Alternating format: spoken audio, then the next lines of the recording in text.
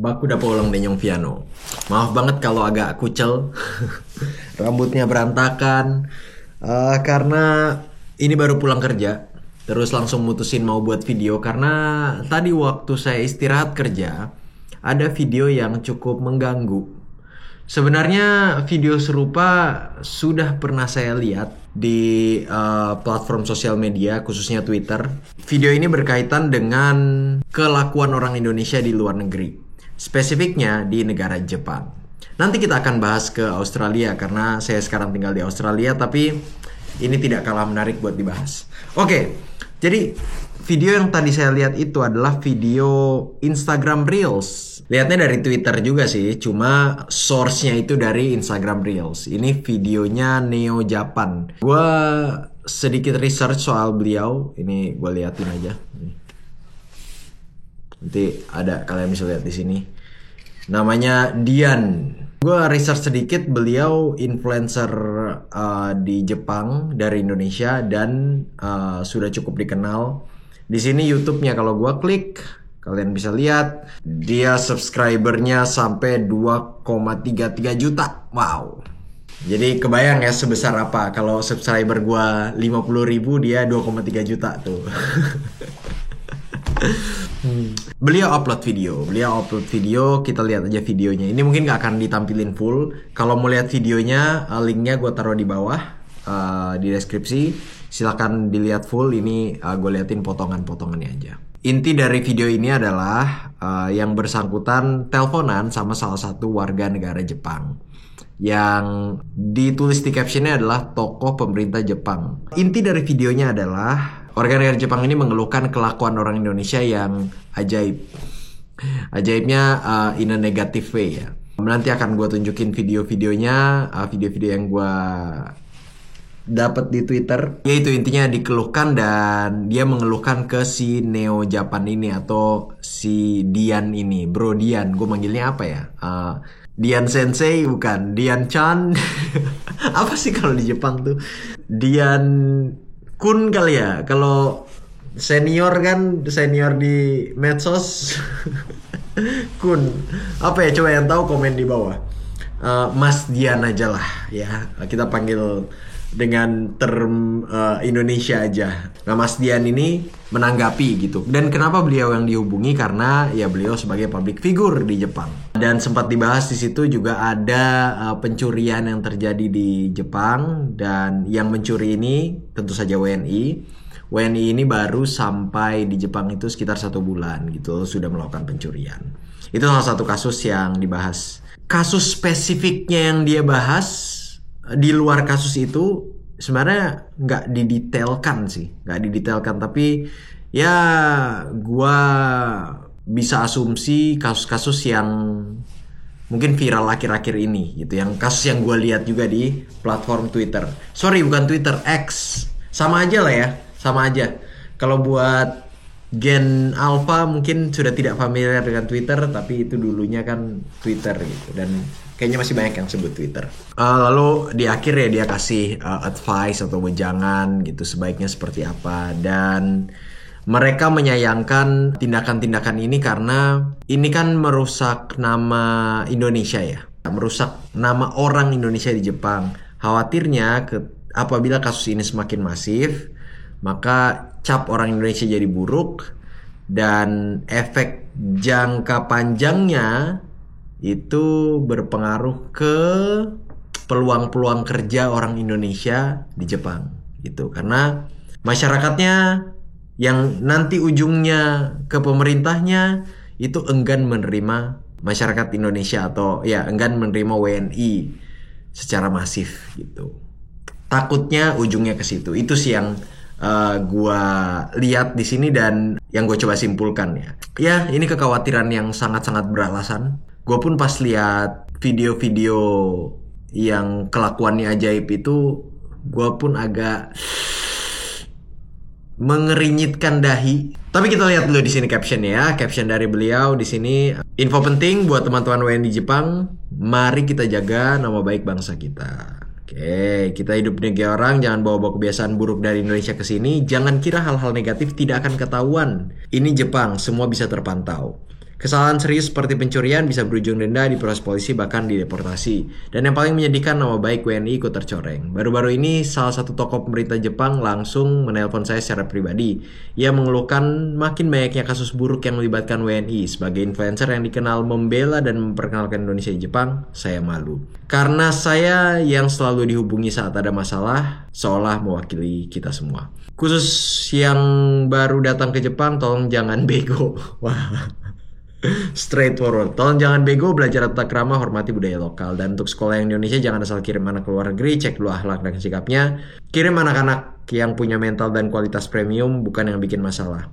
Khusus sekolah saya sendiri, sampai saja ketahuan kena kejadian dengan siswa saya sendiri yang akan mendeportasi mereka, mengusulkan perintah imigrasi dan polisi Jepang supaya ditindak secara hukum. Wadaw.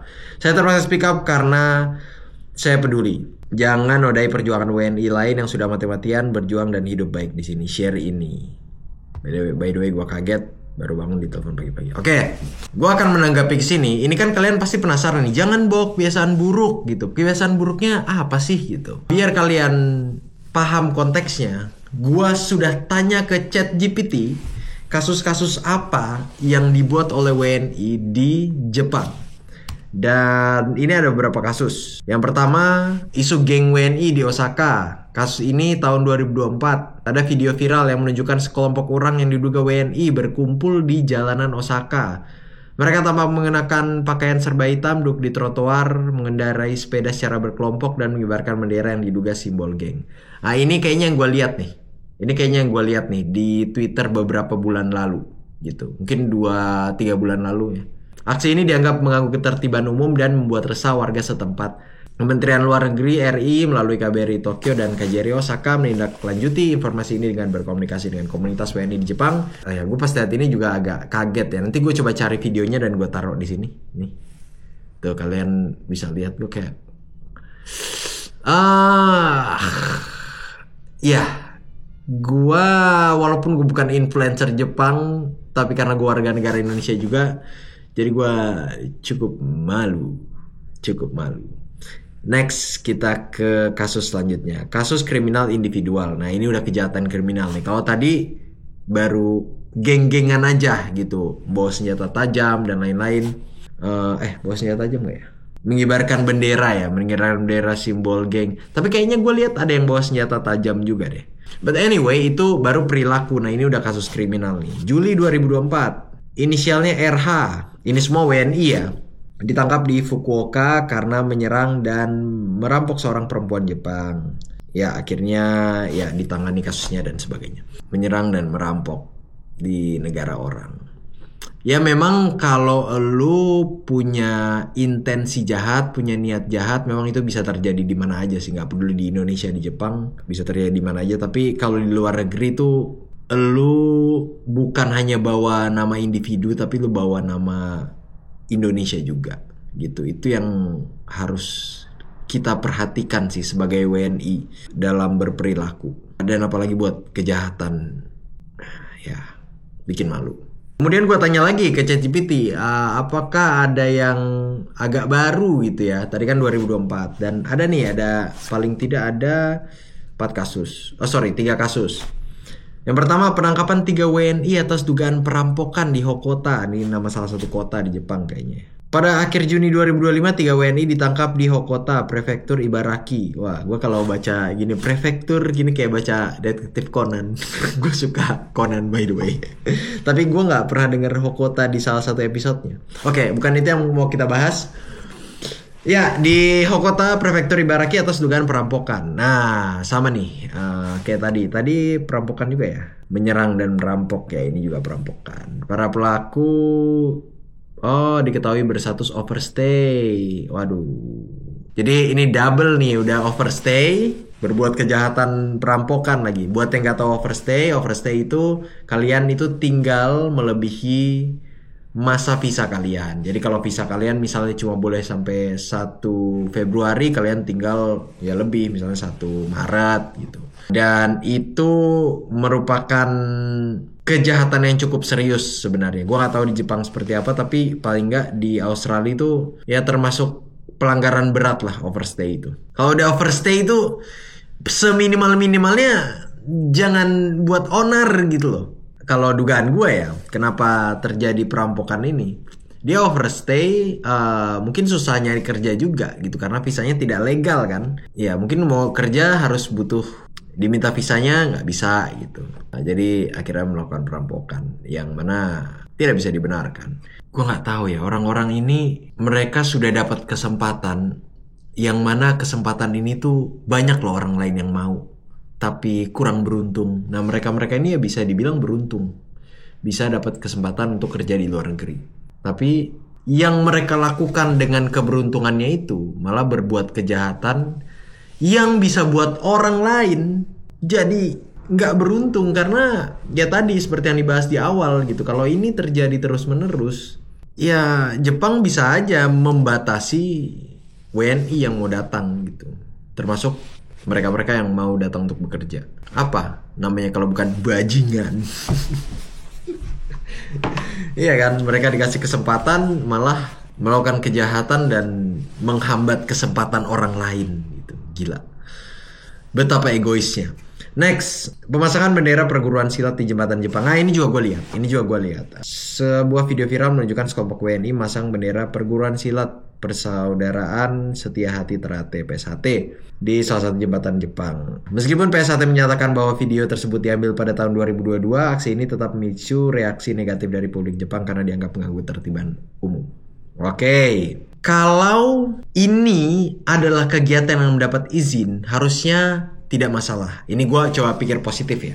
Kalau memang mendapat izin harusnya tidak masalah. Nah tapi di deskripsi ini dikatakan reaksi negatif dari publik Jepang. Nah berarti kalau yang bereaksi publik Jepang nih, gue ragu ini adalah kegiatan yang mendapat izin. Kalaupun mendapat izin dan mendapatkan reaksi negatif, harusnya tidak diulangi lagi. Gitu ya. Jadi pertama, izinnya dulu ada apa enggak. Kalau nggak ada izin ya sudah jelas ini mencoreng nama baik Indonesia. Tapi kalau diizinkan misalnya sudah ada izinnya nih, namun ternyata mengganggu ketertiban publik gitu ya, menurut gue tetap salah. Tapi ya nggak salah-salah amat lah, tinggal jangan diulangi lagi gitu. Video yang gue lihat itu videonya sepenggal-penggal ya, kalian bisa lihat di sini. Balik lagi tadi, kalau misalnya diizinkan, menurut gue membentangkan bendera terus jogging ya di level itu sih nggak masalah ya.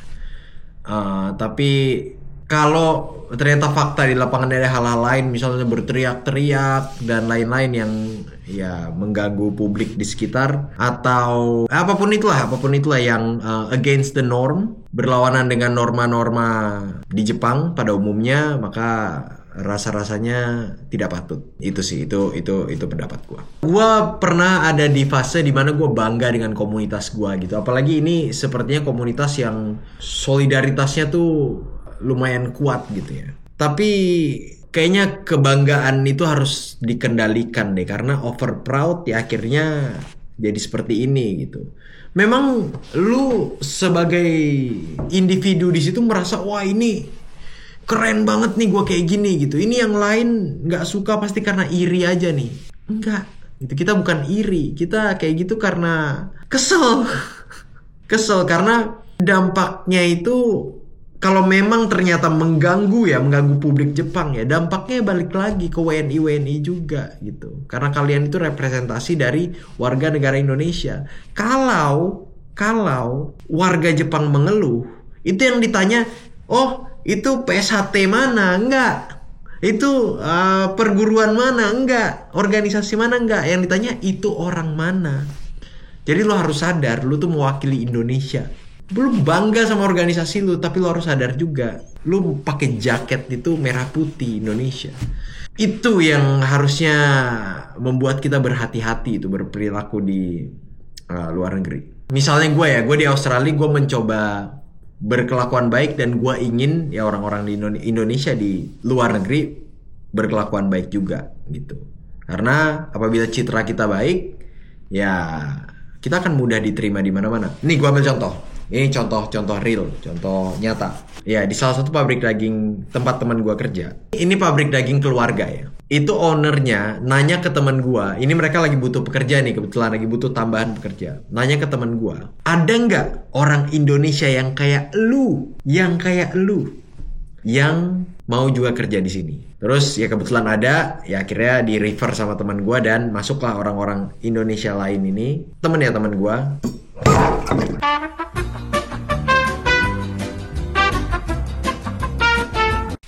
Waduh, lagi asik-asik cerita jatuh.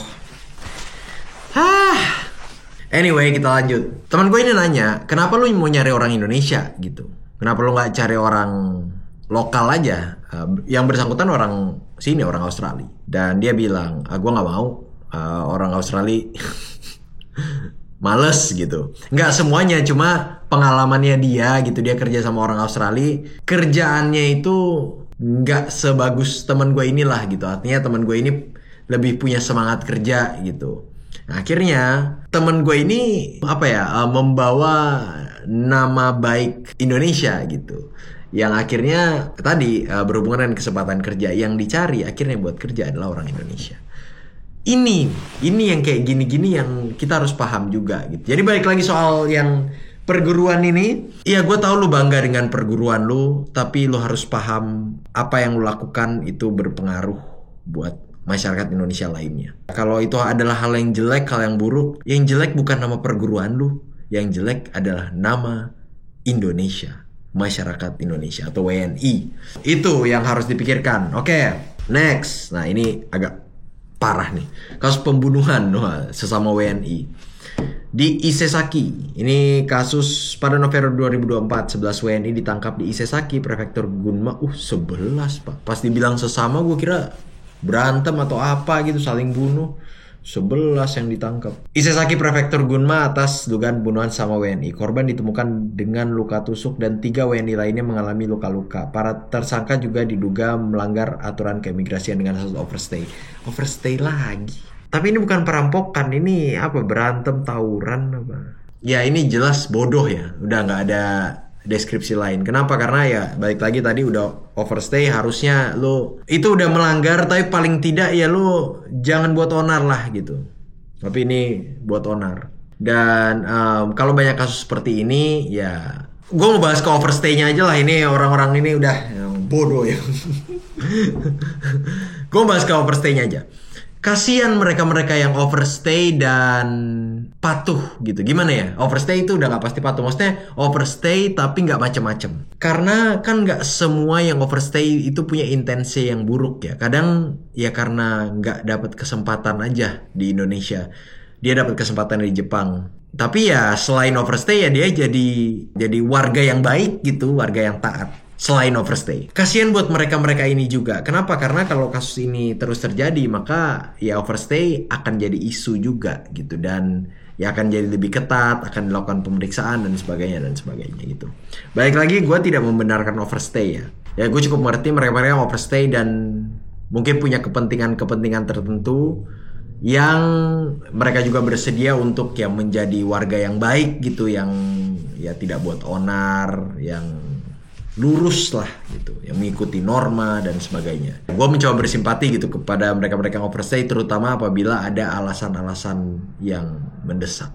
Kecuali kalau overstay-nya karena karena nggak yang terlalu mendesak. Mendesaknya tuh gini, gue ambil contoh. Ada kasus di Australia, dia overstay terpaksa karena dia harus membiayai keluarganya yang bahkan buat dia itu agak kasihan sih gue liatnya. Dia juga tidak ada spare uang buat have fun gitu, buat hahihi. Ya memang jadi tulang punggung keluarga aja. Dan dia harus melakukan itu terus-menerus gitu. Kalau yang ini yang kasus-kasus kayak gini overstay-nya ada kepentingan yang berkaitan dengan nyawa, gue masih bisa simpati lah. Dan kasihan kan jadinya orang-orang yang kayak gini gitu, yang memang butuh gitu. Karena tidak ada kesempatan kerja di Indonesia atau peluang di Indonesia, atau pendapatannya lebih kecil gitu kalau misalnya kayak Indonesia, dan bisa kena gara-gara orang-orang yang bodoh ini. Ya soal overstay mudah-mudahan paham konteksnya ya. Bukan berarti gue menormalisasi overstay, tapi apabila ada kepentingan yang mendesak, gue bisa mengerti. That's all I can say. Nah ini menarik nih. Ini tanggapan dari Kemlu RI. Ada beberapa faktor yang mendorong terjadi kasus-kasus tersebut. Kesulitan ekonomi, kalah judi online. Kurangnya pemahaman budaya setempat. Kalau kurangnya pemahaman budaya setempat, gua rasa itu excuse aja lah gitu. Excuse aja lah. Itu kayaknya 3-4 hari lu berada di tempat tertentu, lu harusnya sudah bisa kurang lebih menyesuaikan. Atau gini deh, lu kalau ke tempat baru, ke negara baru, lu nggak akan bertindak selayaknya lu ada di Indonesia. Lu pasti akan observe dulu. Itu naturally that way gitu. Jadi kalau misalnya mereka melakukan hal-hal ini dengan alasan kurang paham budaya setempat, gua rasa itu nonsense sih. Nonsense, gak masuk akal. Ya mungkin kita nggak bisa tahu budayanya 100% ya, tapi untuk hal-hal yang obvious gitu. Ya misalnya lu kayak konvoy di jalan gitu, itu come on man. Lu nggak perlu paham budaya setempat untuk tahu itu nggak boleh gitu. You get my point kan? Kemlo menekankan pentingnya edukasi dan komunikasi dengan komunitas WNI di Jepang untuk mencegah terulangnya insiden serupa. Oke, menarik nih yang soal kalah judi online. Ya, memang ujung-ujungnya biasanya ekonomi ya, faktor ekonomi. Dan apapun itu tidak membenarkan. Itu selain membuat diri lo ada dalam masalah, ya lo tanpa sadar, ya itu lo buat orang-orang lain susah juga gitu. Ya, sekurang-kurangnya orang-orang Indonesia lain yang pada akhirnya namanya juga tercemarkan karena kelakuan segelintir orang ini. Oke, jadi kasus-kasusnya itu ya sudah ada gambaran mudah-mudahan, dan gue akan balik ke si captionnya si Neo Japan ini. Jangan kira-kira hal negatif ini tidak akan ketahuan di Jepang. Oke, kesalahan serius berujung denda di pos polisi, deportasi. Ya, ini rasa-rasanya merupakan pengetahuan umum ya. Dan yang paling menyedihkan, nama baik WNI ikut tercoreng. Iya, gua pun sedih gua. Lagi-lagi walaupun gua tidak tinggal di Jepang, gua sedih. Akhir-akhir ini paling tidak dari berita-berita dari sedikit berita yang gue ikuti di Indonesia, rasa-rasanya opportunity kerja di Indonesia itu agak kurang ya. Makanya keluar negeri itu merupakan opsi. Dan kalau terus-menerus kejadian seperti ini, maka akan menghalangi dan mempersempit opportunity kerja orang Indonesia.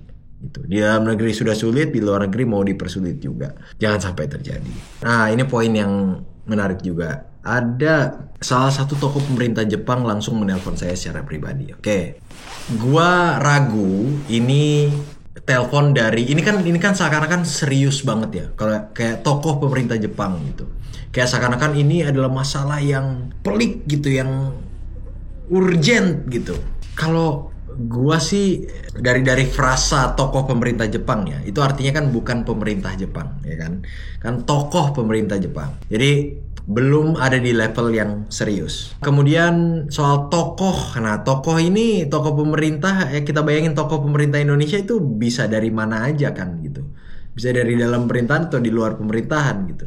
Apa misalnya asisten staf khusus kementerian yang levelnya kan udah jauh banget tuh, udah kementerian ada staf khusus, ini asistennya gitu. Levelnya udah jauh banget. Ini juga bisa dibilang tokoh pemerintah gitu. Jadi sangat blurry gitu. Nah tapi poin pentingnya adalah alasan gue buat video ini kurang lebih sama seperti kenapa Neo Japan buat video pendek ini. Alasannya karena ya jangan sampai ini jadi semakin parah gitu. Mumpung belum jadi atensi yang gimana-gimana banget, jangan sampai jadi gimana-gimana banget. Bukan untuk menjelek-jelekan Indonesia, enggak. Karena pesan yang gue sampaikan di video ini itu dalam bahasa Indonesia, ditujukan untuk orang Indonesia. Bukan kalau untuk menjelekkan ya gue sampaikan dalam bahasa-bahasa lain gitu. Dan ya gue bilang Indonesia ini bla bla bla bla bla bla gitu.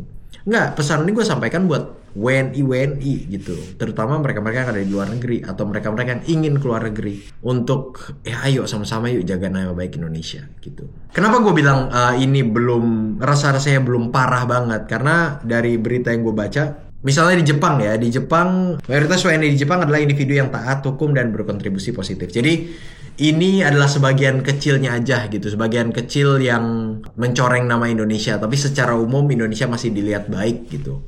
Tapi balik lagi, jangan kita leha-leha dengan kenyataan bahwa oh Indonesia masih dilihat baik kok, nggak apa-apa udah biarin aja. Enggak, ya kita harus suarakan nih yang kayak gini-gini supaya yang lain tahu oh ternyata buruk ya, oh ternyata saya bawa nama Indonesia ya, agar yang lain tidak melakukan dan tidak terulang insiden-insiden yang serupa.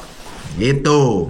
Nah, itu di Jepang. Gimana kalau di Australia? Di Australia sih nggak ada kejadian sesadis itu ya. Jadi masih sangat aman gitu di Australia. Australia itu dia isunya kayaknya dengan warga negara selain Indonesia lebih banyak gitu. Buat yang belum tahu, kan student visa itu diperketat ya dari mungkin 2 tahun lalu.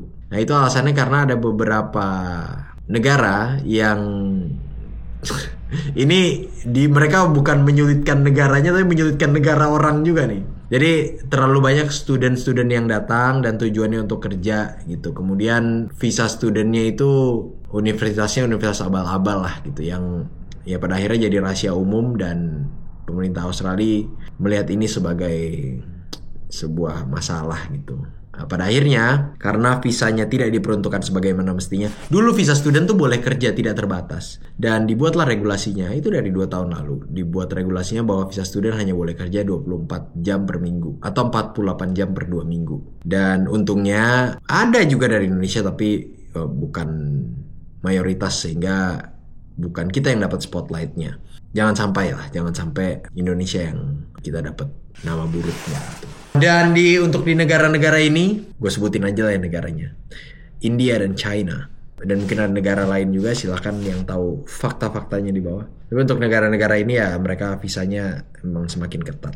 Walaupun ya tadi yang gue bilang yang kena imbasnya negara lain juga gitu. Akhirnya kasihan student-student yang emang legit, yang dia benar-benar mau belajar dan mau berjuang gitu, tapi jam kerjanya terbatas. Ya, kalau di Australia sendiri, gue coba cari kasusnya.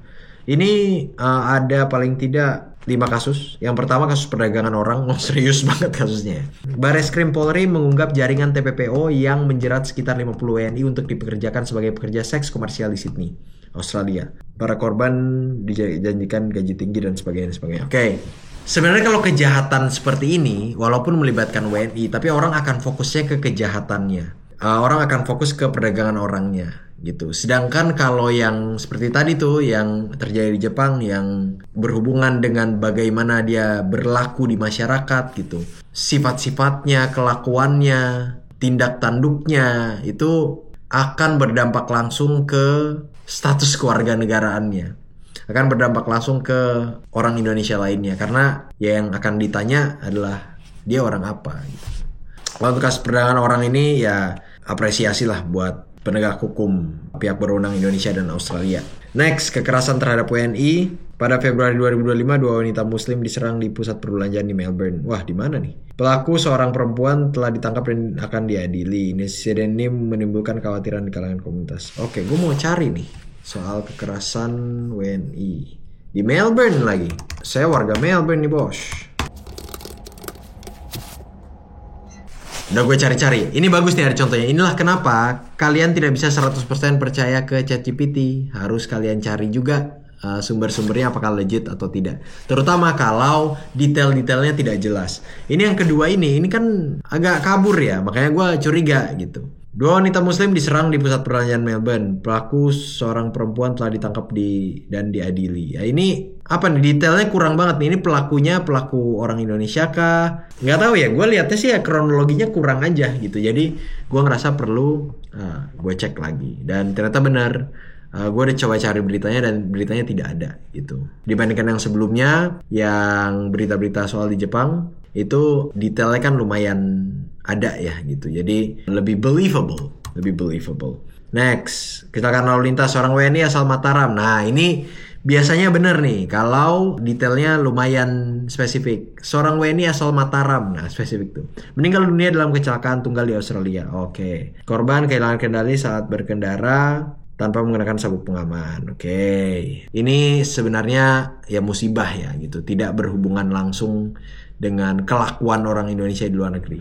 Tapi harus hati-hati juga gitu. I mean, kalau ini kejadiannya sering, ya makanya kita akan dicap juga nanti gitu. Orang Indonesia drivingnya dangerous, atau orang Indonesia drivingnya tidak safety gitu. Tapi nggak sih, sampai sekarang kejadian ini ya ada, tapi masih jauh lah untuk dikatakan orang Indonesia semuanya ini nyetirnya nih nggak bener dan sebagainya, penyebab kecelakaan enggak lah, masih jauh banget gitu. Tidak ada isu itu. Beberapa kali gue lihat juga di berita orang-orang Indonesia kecelakaan. Ya balik lagi, gue lihatnya ini ya musibah aja sih. Turut berduka buat mereka-mereka yang terlibat dalam kecelakaan. Penyelundupan imigran. 2 WNI ditangkap karena menyelundupkan 28 imigran ilegal ke Australia. Oke.